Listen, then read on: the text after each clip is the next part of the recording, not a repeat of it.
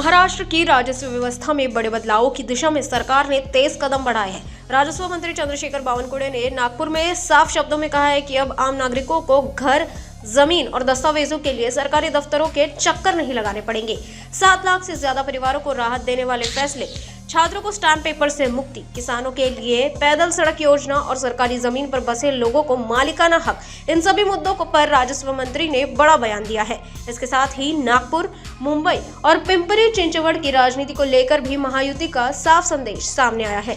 राजस्व सुधार से लेकर सियासी समीकरणों तक क्या कहा राजस्व मंत्री चंद्रशेखर बावनकुळे ने, नागपुर से हमारी इस खास रिपोर्ट में जानते हैं। राजस्व सुधारों से लेकर सियासी संकेत तक महायुति का रोड मैप तैयार।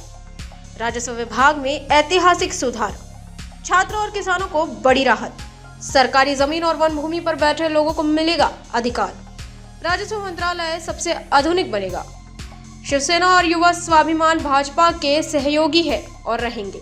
माननीय मुख्यमंत्री देवेंद्र फडणवीसजींनी मला महसूल खात्याची जबाबदारी दिल्यानंतर या राज्यामध्ये 60 लाख परिवारांना तुकडेबंदी कायद्यामुळे ज्यांचे घरं कायदेशीर होत नव्हते त्या 60 लाख परिवारांना त्यांचे घरं कायदेशीर करण्याबाबतचा मार्ग आम्ही मोकळा केला। एनएमध्ये सनद नावाचा एक डॉक्युमेंट असायचं, ज्या डॉक्युमेंटसाठी लोकांना घरं बांधताना, औद्योगिक विकास करताना, व्यावसायिक विकास करताना अडचणी तयार व्हायच्या। सनद आता काढून टाकली, त्यामुळे आता केवळ प्रीमियम भरलं तर कुणाच्याही घरी, कुणाच्या ऑफिसमध्ये जायची गरज नाही, तहसीलदार एसडीओकडे जायची गरज नाही।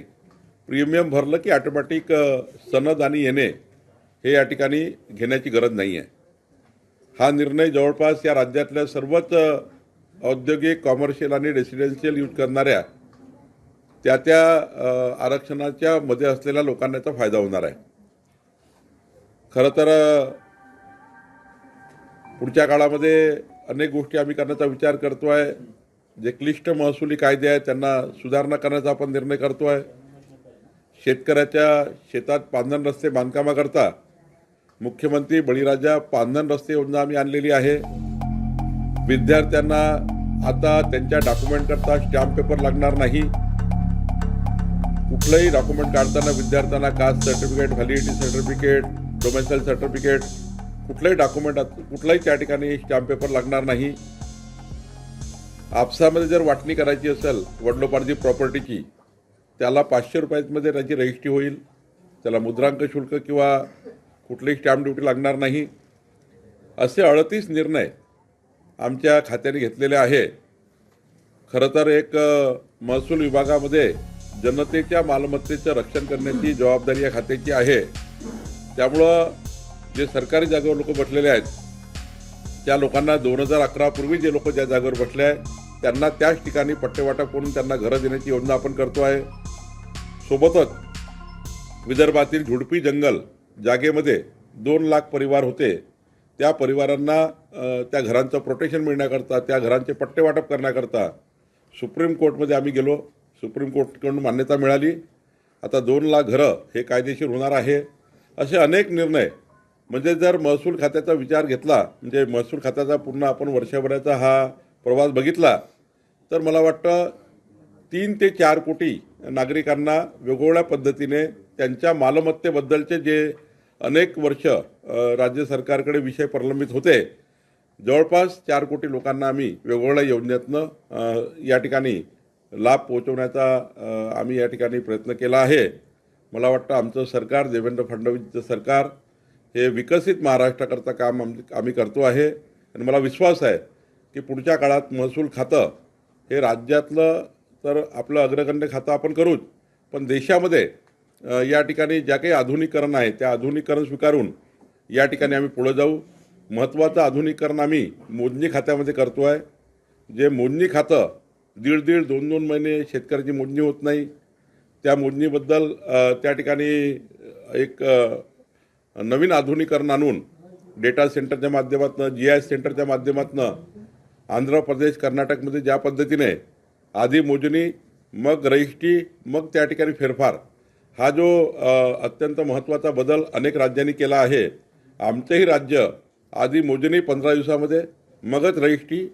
कारण मोजणी आणि रजिस्ट्रीच्या त्या ठिकाणी आराजीमध्ये कमी जास्त फरक राहू नये म्हणून मोजणी केल्यानंतर रजिस्ट्री केल्यानंतर तुमचे म्युटेशन फेरफार अशा याच्यावर राज्य आणण्याचा आमचा विचार आहे. महसूल खातं हे बऱ्यापैकी पुढच्या काळातही या वर्षभर जे आम्ही केलं आहे, पुढच्या वर्षी जनतेला या घेतलेल्या निर्णयाचा लाभ कसा होईल, घेतलेले निर्णय खालीपर्यंत कसे इम्प्लिमेंट होतील, घेतलेल्या निर्णयाचा उपयोग शेतकऱ्यांपर्यंत कसा पोहोचेल याच्याकरता आम्ही काम करणार आहोत. होईल ते होईल, पण निवडणूक तर निवडणुकीच्याच तत्वावर जिंका लागतं किंवा निवडणूक लढावी लागतं. त्यामुळं त्यांना त्यांच्या पक्षाचा पूर्ण अधिकार आहे. त्यांचा निवडणूक कशी लढावी त्यांनी त्यांचा पूर्ण निर्णय घ्यायचा आहे. त्यामुळे त्यांनी काय केलं यावर मी बोलण्यापेक्षा आमची तयारी काय आहे, तर आमची तयारी ही आहे की 51% मतं घेऊन 2/3 बहुमताने जिंकायचं आहे. आम्ही महायुती चांगल्या पद्धतीने महाराष्ट्रात येऊ आणि महायुतीत या ठिकाणी महाराष्ट्रामध्ये लोकांची पसंती आहे. Bureau report, news first. हमारा हर शब्द समाज की आवाज, हमारी हर पहल निष्पक्षता का कदम, आपकी हर समस्या में आपसे पहले दिखेंगे हम हैं न्यूज फर्स्ट. ईश्वर का सच, हमारा साहस और आपका विश्वास. सच, साहस और विश्वास. अगर आप ये वीडियो YouTube पर देख रहे हैं तो हमारे चैनल को सब्सक्राइब कर बेल आइकन दबाएं.